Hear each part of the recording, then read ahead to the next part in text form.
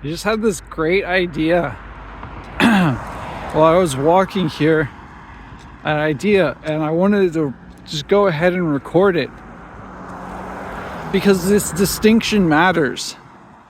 It's an epistemological question, and it's a question about reality and realness versus fakeness, and what's real and what's fake, and how can we say something is real or fake. And anyway, the point is that this distinction matters. That, for example, you have Bigfoot, right?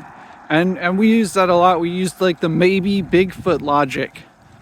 Because like, suppose you're camping, right? And you hear some noise outside of your tent. Well, you can't just immediately say, oh, I heard Bigfoot. First, you have to rule out things like maybe it was a deer, maybe it was a fox or a squirrel or something. So you have to rule out what's known before you can introduce something unknown or mysterious or mystical. So that's maybe Bigfoot logic. And it applies to these dots floating in the sky. So someone's like, oh yeah, I saw a dot. I saw a little dot of light floating in the sky. That means I saw a satellite. But it's the same problem. That first you have to prove it's not an airplane. You have to prove it's not a helicopter. It's not a drone.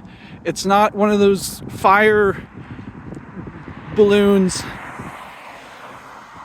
You have to prove that it's not something that's known to exist before you can introduce the possibility that it's an extraordinary thing. But the point is, this long-winded point I wanted to make is that why is it that we can say Bigfoot could still possibly exist, while on the other hand we can say the space station is not real, it's fake? And the reason is because of what we just termed hoax indicators.